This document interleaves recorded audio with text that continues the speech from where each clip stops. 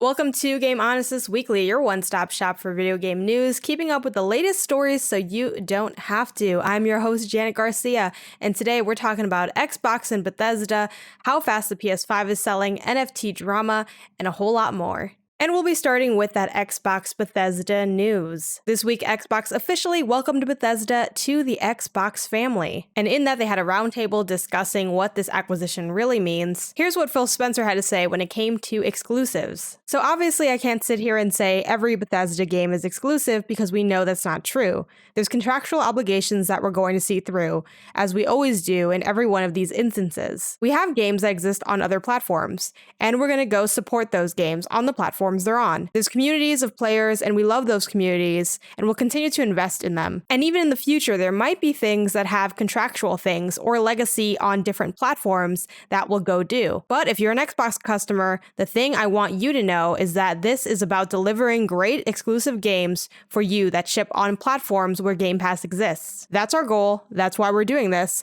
That's the root of this partnership that we're building. And for a lot of people, that statement sort of came as a surprise. Microsoft has had a lot of different stances on exclusives, and to a lot of people, they've sort of taken the stance of we're about players and we want you to play anywhere, and exclusives don't necessarily matter. It's, about just having access to these experiences. So to some people, this was like, oh, it turns out it was all about the exclusives. For me, it's very much like the pretends to be shocked gif.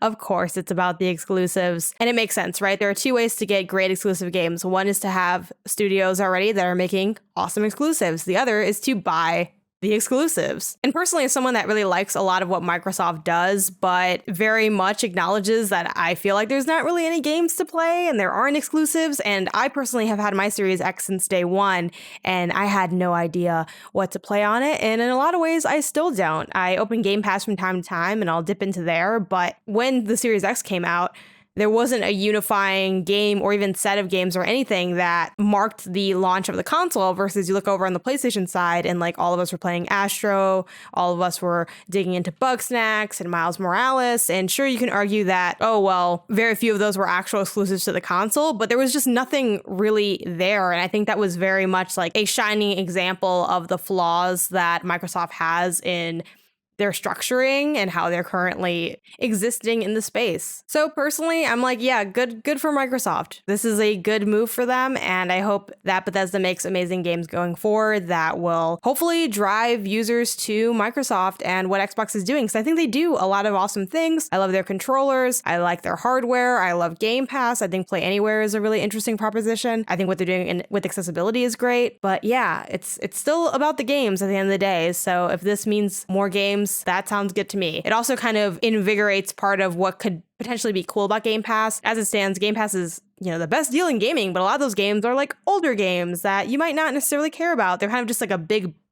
bundle of backlog, but the day and date stuff is really cool that Microsoft does. But of course, the day and date stuff is only exciting if you have games to connect to that, and this acquisition does that for them. And speaking of Game Pass, that acquisition means that 20 Bethesda games are now available on Xbox Game Pass. This was true as of March 12th. And here's a quick rundown of the games that are now available. We got Dishonored Definitive Edition, Dishonored 2, Doom 1993, Doom 2, Doom 3, Doom 64, Doom Eternal, The Elder Scrolls 3 Morrowind, The Elder Scrolls 4 Oblivion, The Elder Scrolls 5 Skyrim Special Edition, The Elder Scrolls Online, The Evil Within, Fallout 4, Fallout 76, Fallout New Vegas, Prey, Rage 2, Wolfenstein The New Order, Wolfenstein The Old Blood, Wolfenstein Youngblood. So yeah, talk about an amazing push for Game Pass. I mean, there are a lot of really solid titles there, and this just kind of is an instant win for Xbox owners or people that play in that ecosystem of Game Pass, because you just suddenly have, as they state, 20 iconic Bethesda games right at your fingertips. And lastly, another important detail that came out of that roundtable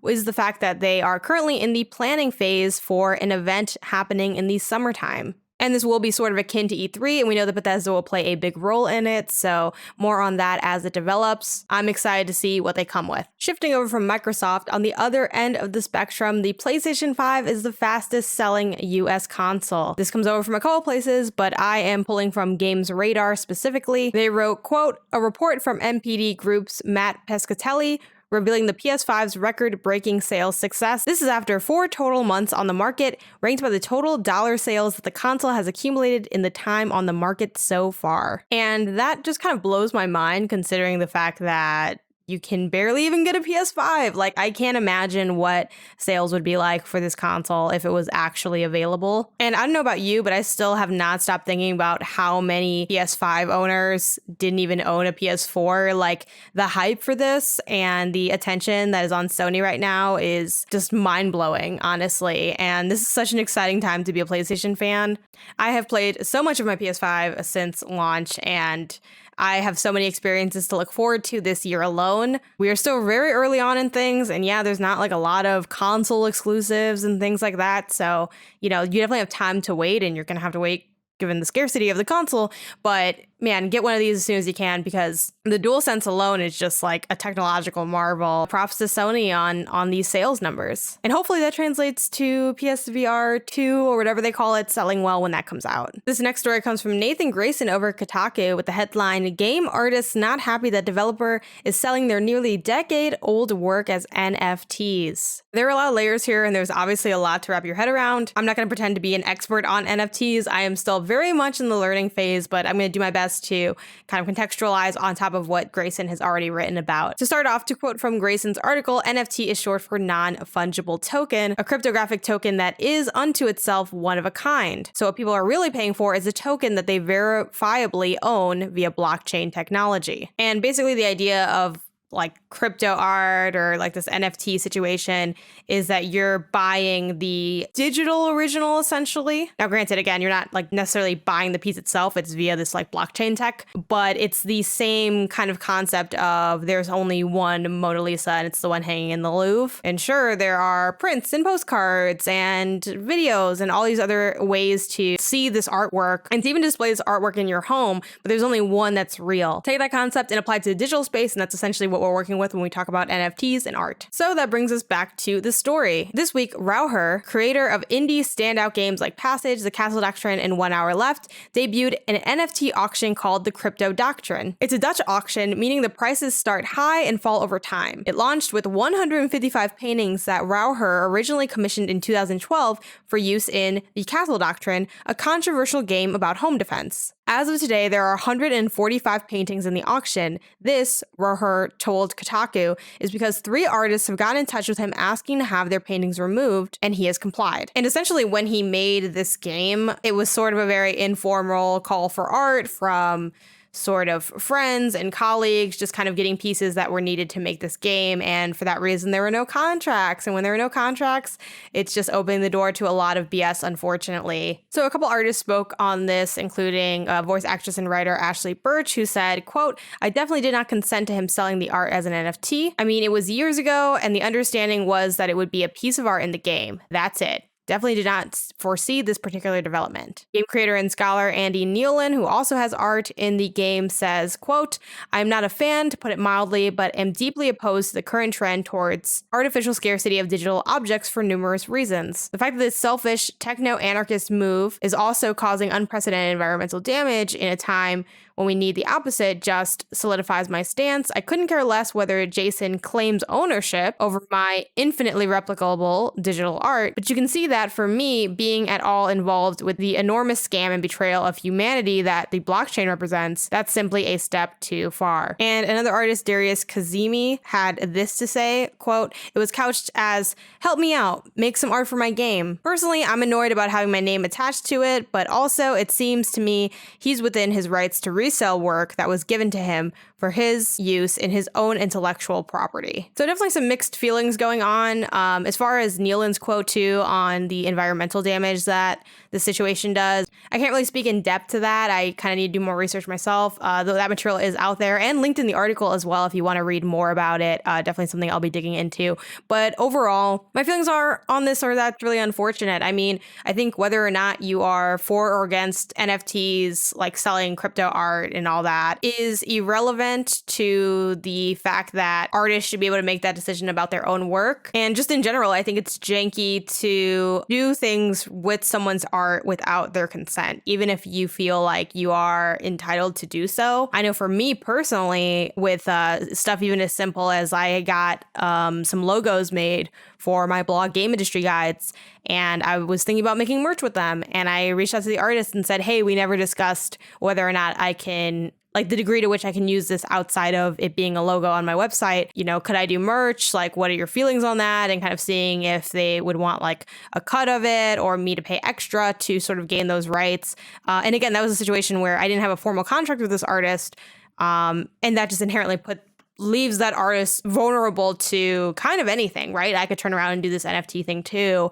But I asked them about it because I felt like that was the right thing to do. And it's great that this person is complying with artists who are asking for it to be removed, but it would be better if they just went to the artist to begin with and made sure that it was fine. I don't really like this whole ask for forgiveness instead of permission attitude about it. And it's interesting to see this occur in games, and I'm curious to see what other ways it'll be replicated. Unfortunately, too, the issue here is, like, even though NFT stuff has existed since like around 2017, which Grayson's article points out, the popularity has really spiked this year. So chances are, even if you are an artist who is really diligent about contracts, you probably didn't include any language related to NFTs in that contract because it just wasn't relevant, or maybe it was something that you weren't aware of. So if anything, I think this is just kind of a cautionary tale for artists. And I'll be interested to see if other stories like this end up emerging in the game space. Moving on to upcoming events, a quick PSA that Square Enix is having their Square Enix Presents presentation. This is going to be for their spring 2021 light up, and it's including a world premiere of an all-new Life is Strange with a new cast, new power, and new story. This event is going down on March 18th, 10 a.m. PT, and the event will also feature Outriders, Marvel's Avengers, Tomb Raider's 25th anniversary, new Square Enix Montreal games, Just Cause Mobile, and Balan Wonderful. I'm really excited about this in the sense that, like, I hear Life is Strange, I'm there. I'm just excited to see what else happens in that franchise. I think Life is Strange 2 is really strong. I actually, oddly enough, didn't finish it all the way through, but I'm like 3 episodes in and just stopped. I have to wrap that up. But Captain Spirit was also really good, and I was a big fan of the first Life is Strange game as well. I think the powers in the first one were, from what I've experienced, better, and the mechanics were more interesting than in the second one, but I think the second one had better writing. And just in general, I want to see where they're taking this. I'm excited. I'm pretty much always excited for story stuff, even when it ends up not panning out, so I'm curious to see how they're setting this one up. Next up, somewhere between a rumor and a delay, EA's new college football game may not launch until 2023. This comes from GameSpot. New documents that have been unearthed suggest that the next-gen game might not release until July 2023. None of this is confirmed, however. Reporter Matt Brown obtained records from the Collegiate Licensing Company, CLC, through an open records request that state EA Sports plans to launch the game in July 2023. The documentation that Brown obtained also includes numerous other details about the proposal to make new college football games. And kind of tying this back to a story we had like weeks ago when I was first talking about EA and college football, there's a lot of issues surrounding the fact that you can't use like students' names or likeness, and there was discussion of EA hoping to clear it up by the time it comes around to actually releasing the game. So it doesn't surprise me to hear that this might be farther out than one might have assumed based on when they first started talking about it. Moving on to game events, releases, and updates. TMNT Shredder's Revenge is going to be a thing. And essentially, this is a follow-up to TMNT Turtles in Time. And with that in mind, Shredder's Revenge is a new co-op beat-em-up, and it will be developed by Dotemu, which made Streets of Rage 4 and Windjammers 2, as well as Tribute Games, which made Panzer, Paladin, and Mercenary Kings. It supports up to 4 players, both locally and online, though crossplay is yet to be determined. And the release date is still TBD, but a lot of people were excited about this because Turtles in Time is like one of the most beloved co-op beat-em-ups ever. It's talked about to this day, super heavily revered, and also people just love TMNT as a franchise. Like, there's a lot of nostalgia there.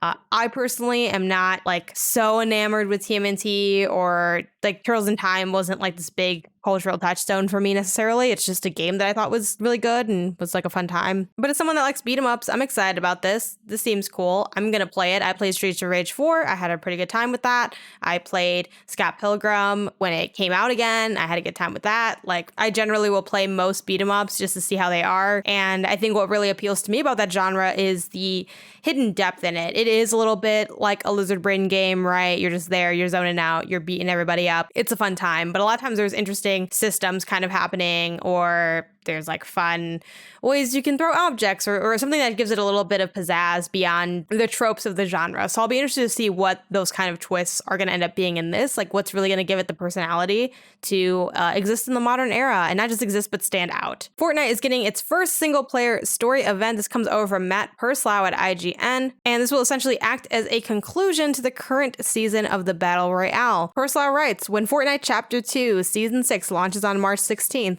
the first thing players will be met with is the Zero Crisis finale. Described as a solo experience by developer Epic, it is the conclusion of Agent Jones's mission that formed the basis of the Season 5 story. And it will be paired with a story cinematic as well, which is definitely, something that has been gaining traction in these kind of games, getting into the lore, the world building. Overwatch gets an Xbox Series X and S update, but there's nothing yet for PS5. This comes over from Wesley Yin-Pool at Eurogamer. And here's the breakdown of the update. The update includes a preferred mode graphics option that lets you switch between resolution, balanced, and frame rate. But again, this is only on Xbox, it's not on PS5. Next up, The Outer Worlds Murder on Eridanos will be launching next week on March 17th. This is the second and final expansion to the game, so if you're someone who was really digging the Outer Worlds, want a little bit more content, you have that to go ahead and look forward to. And lastly, we got more Crash info. We talked about it coming to other consoles. Now it's also coming to PC via Battle.net on March 26th.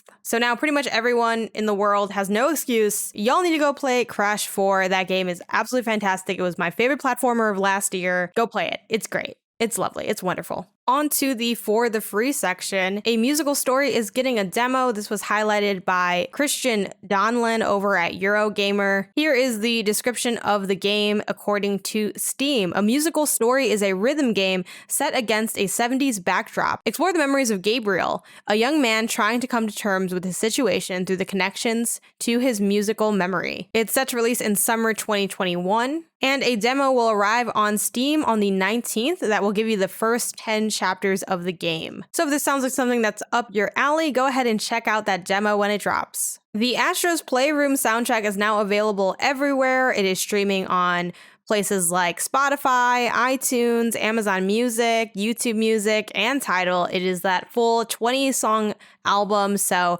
go ahead and check that out. And if you're someone that's really obsessed with the soundtrack, I recommend you head over to the PlayStation blog and check out their sort of behind-the-scenes deep dive post that specifically digs into that GPU song. And lastly, on For the Free, Ari Notice over at Kotaku mentions that Surviving Mars and Metro 2033 are currently free on PC. And this is available through the Epic Game Store, as each week they put up a free game. This week's offering is Surviving Mars, which is a spacefaring city builder game where you're on Mars, available until March 18th. And over on Steam, Metro 2033 is on sale for 100% off. On Steam. It's literally 100% off. It is free, but you do need to get it before March 15th at 10 a.m. So depending on when you're listening to this, that may already not be available. It just sort of depends on when you ended up catching this. And for the Shut Up and Take My Money section, we got a couple really cool things to highlight. One of them is that Fangamer has finally started selling that Strabby Plush from Bugsnax. I had been on the email list for when this product would be available. It was like coming soon